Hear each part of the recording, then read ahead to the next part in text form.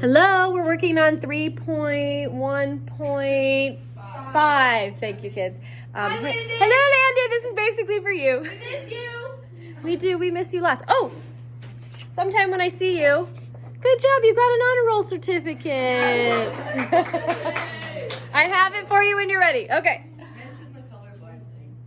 Oh, yeah. By the way, this activity is going to suck because you're colorblind, and I apologize for that. So we're going to do this part with you so that way you don't have to have a painful experience. Okay. So looking at these reds, do you guys notice these reds are different? Yeah. You probably don't, but they're different. They might look shaded different. Gray different? I don't remember how colorblind people are. So then do you see how this is different for green? Yes? Okay. So these are the numbers that we assign. It says that we'll convert colors into numbers. The numbers represent intensity of the red or green. Brighter, larger number represents it. Duller, less intense, that is a lesser number. So as you can see, this is a very bright red. So we've given that value 400. Okay? This has already been done for you, so we're just going over it. This green is very dull, so we gave that a 100. This red is not quite as dull as that, but it's not as bright as this one. Yes? So we've given that a 200. This dull one a 100. This one's 200 because you can see these two are about the same. Okay? But definitely not as bright as that guy. Okay? So it's 4, 2, 100, 200. Then our green is dull, very bright, but not quite as bright as this guy. So 300, 100, 400. Does everybody understand the number values with the colors we see? Even if that one, because I'm pretty sure that red up there is darker than that second red. Nope, they're the same. Are you sure? Yeah, come on up. Just because they're different, like they're next to different colors, like the one okay. left to right. It's okay. It's all about perspective. Yeah. You might have a little, So the lighter the shade, or the brighter Brighter, shade, the higher. The higher. Gotcha. Duller the lower. The darker the lower. The one Yeah. is- Okay. Scrolling. So that makes sense to you. Okay, so now we need to calculate the ratio of red to green. Oh, you can see the numbers. Okay, so I gave you an example. On your data sheet. You're on your data sheet. You're not at the Pearson spelling. All right, so I have told you how to calculate that. It is 400, what? Divided by 100 equals, or is it just the ratio? Is it divide by or is it a ratio? I'm not revealing it because the answers are up here. Ratio. Thank you. Okay, so it's a 4-to-1 ratio.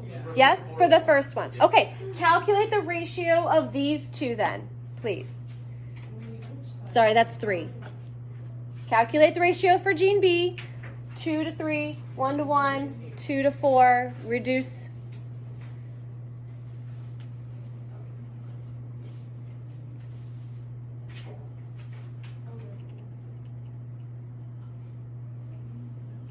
Oh wait, Scroll back up. You have, no, you don't have that. Why don't you have your own canvas open? There, is that better? Yeah. Okay. All right, so 400 ratio to 100 is 4 to 1 equals 4. 2 ratio to 300 is 2.3.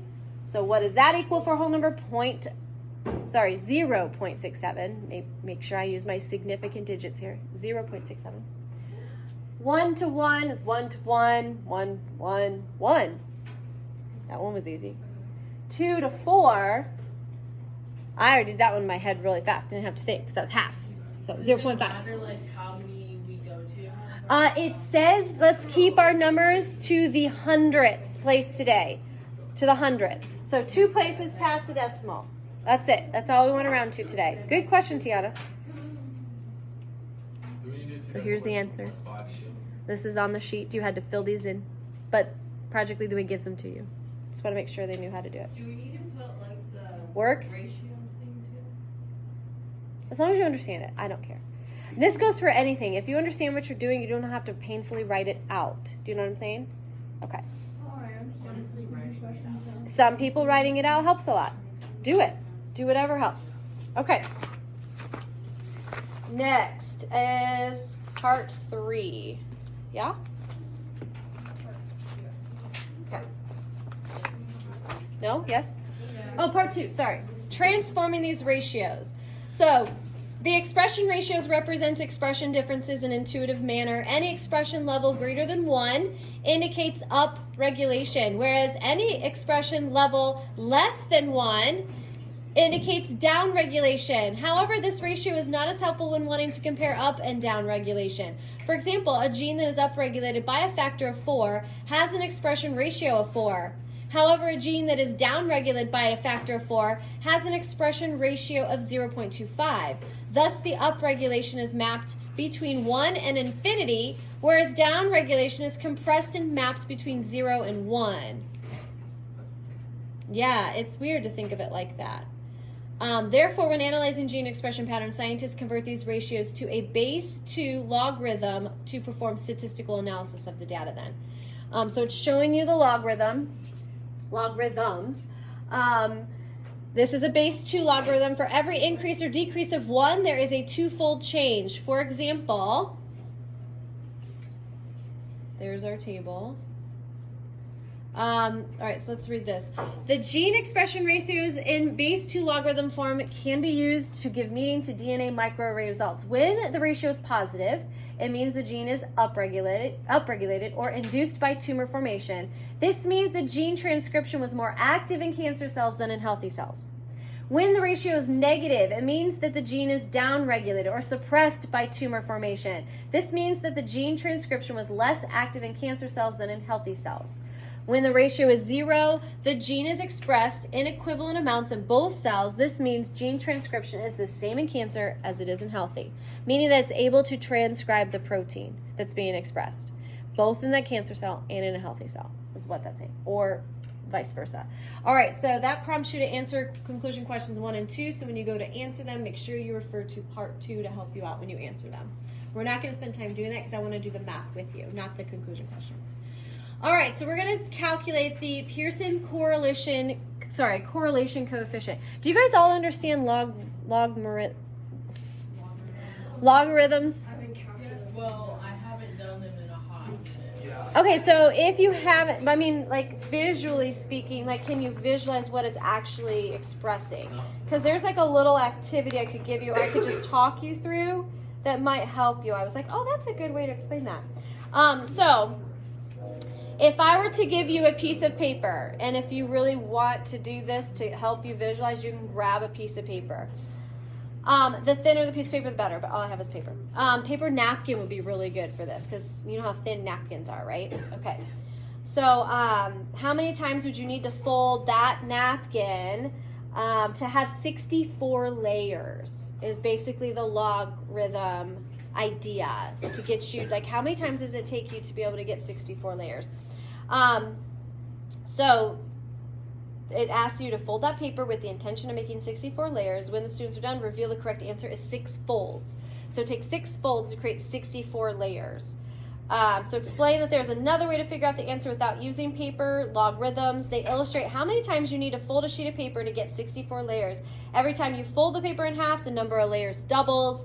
Mathematically speaking, 2, the base, multiplied by itself in certain times is 64. How many multiplications are necessary? So then you write it log 2, parentheses 64 equals x, because that's what we're trying to figure out, how many times. And then, so basically 2x equals 64. So it takes 6 times. So 2 times 2 times 2 times 2 times 2 times 2 equals 64. That's the logarithm preface. So it's trying to get you to just visualize and extrapolate something that's really large, but to make it so it's a more usable number, basically. So that was the visual for that. Okay, back to where we were. Oh, there's that visual I was looking for yesterday. Where am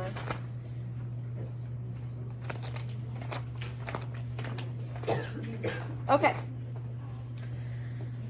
So, do you have this or no? Yeah. Okay, on your data table? No, okay. This is just showing you what we're doing here. So, we've got these patients that have already tried out these 4 different drugs. So, you with me? They all have cancer. They've all gone through a drug treatment with 4 different drugs each person. What we're trying to see is which drug should we give Mike? Which chemo should we use? So, we're going to compare Mike's numbers with the gene results from the microarray to the 4 patients that we've already given this drug. So at the end of the day, we can go, oh, our numbers are much closer to this one. This is a drug this guy used that was successful for him. Mike's got the same gene expression-ish as this person, so therefore let's give him this drug. That's our whole gist of doing this. We're trying to see which chemotherapy is going to work with the gene expression that our patient Mike has compared to what we already know is working. Okay? Doesn't mean it's going to work, but it means that's the place for us to start. We can at least do this drug over other drugs. Okay, so here is the Pearson correlation coefficient that we are using. There are actually 2 different equations. I'm not really quite sure. Again, I'm not familiar with this. Why we're using this one versus the other, I can figure that out and tell you later. I didn't actually read through that when I saw that. I was like, oh, there's 2. I didn't realize that. We only used the one in training, so I moved on. All right, so what we're going to do is we're going to eventually fill out this table with our answers, okay? And we're going to do this first, patient 1 together. Then I'm going to let you do patient 2 on your own, okay? That's where I'd like you to get to before you come in tomorrow, and you can check your answers with me when you come in tomorrow. Patient number 3 and 4, I'm going to teach you a shortcut. I'm going to teach you how to put this into an Excel spreadsheet and have it calculate it for you. But I wanted you to painfully calculate it out first. BI, you know why I make you do this, so you understand your statistics and how it works, because eventually you're going to have to do your own, and then I can obviously show you shortcuts in Excel or Google Sheets. Okay? So that's our goal, to do 1 today, 2 on our own, and 3 and 4 with our Excels. Okay, so number 6 helps you make sense of the correlation coefficients here. Answer the following question aloud. Which chemotherapy medication? Explain your reasoning. Okay, so we have to go ahead and do our math now. So the rest of it we'll do on Friday. We're going to spend time with the math on block day, like the Pearson and finishing it up. Hopefully you'll be able to turn this in on Friday, but you might be able to talk me into work time on Friday. All right, so now get your Excel spreadsheet printout that's blank, that has all the steps. It's the horizontal sheet that I gave you. One of them is patient 1 on one side, the other side's patient 2. So 1 I'm going to do with you, patient 2 you're going to do together. Now remember, I have not step-by-step done this equation yet. You are doing it with me for the first time because, as I explained earlier, I was in the car driving when I was supposed to be doing it in training. So I haven't done it yet. All right, so take a look. We are, so R is what we're solving for, equals the sum parentheses xi minus the average x parentheses yi minus the average of y parentheses divided by square root of the sum of the same thing but squared times the sum of the same thing squared. Why is it squared if it's a square root? That's so stupid. Listen, I didn't come up with this equation. I'm not a mathematician. You just have to understand that it is how it should be. And do not ask me how these formulas are come up with. We do not question formulas, okay? They are what they are, and somebody smarter than us came up with them and they work. So, look. Jackson, why would you ask me that? You know I don't know the answer to that. Because that square root isn't going to cancel out that square. It doesn't cancel it out. I do know that. But, like, I don't know. I don't know why they formulate them the way they do. I thought if you put like a line. Okay, we're not talking about all that. We're just going to get to the math because we may not have time. Okay, so do you see the first column? It's showing you Mike Smith and patient 1. Does everybody see that? Yeah. So Mike Smith is 0, 3, 3.58, 4, 3.58, and 3. Where did we get those numbers again?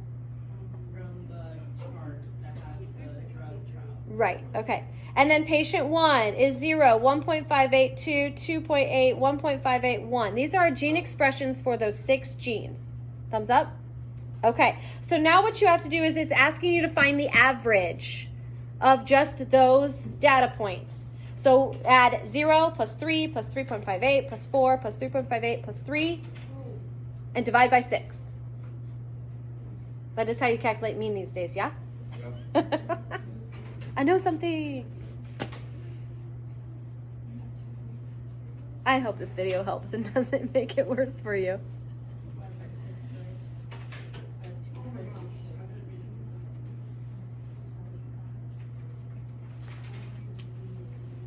So we're finding, And it goes in the box below, right?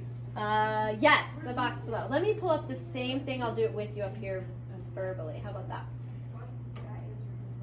My drive. Go into my number 3, 3.15. And this. Okay.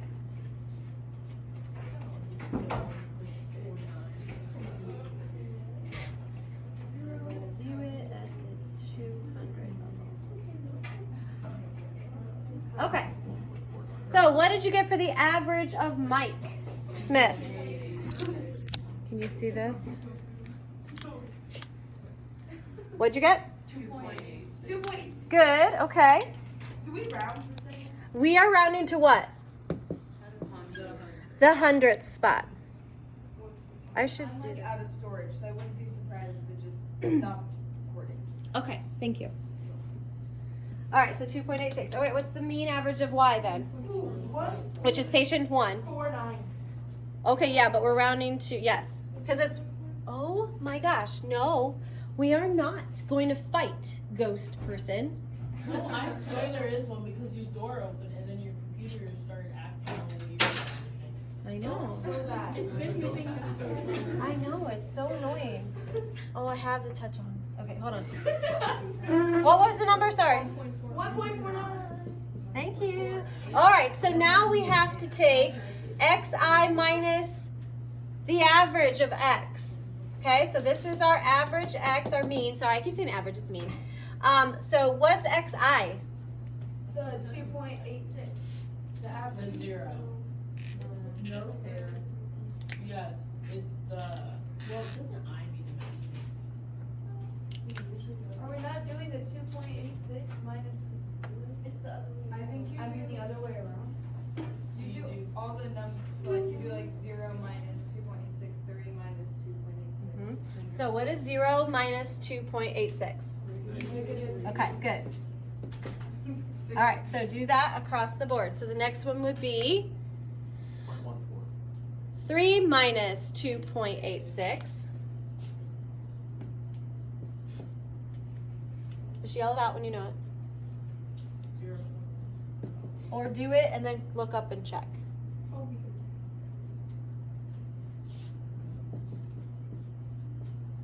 It does it all. Huh? I said it gives you all the answers on the paper right in front of you. Oh. The first one. On the Oh yeah, I gave you guys the answer to patient 1. You're right, I did. Or gene 1. Drug 1? Gene 1. Gene 1. Not drug. I forgot about that. Why didn't I have it on my paper then when I did it? This is what I printed for you. All right, so then you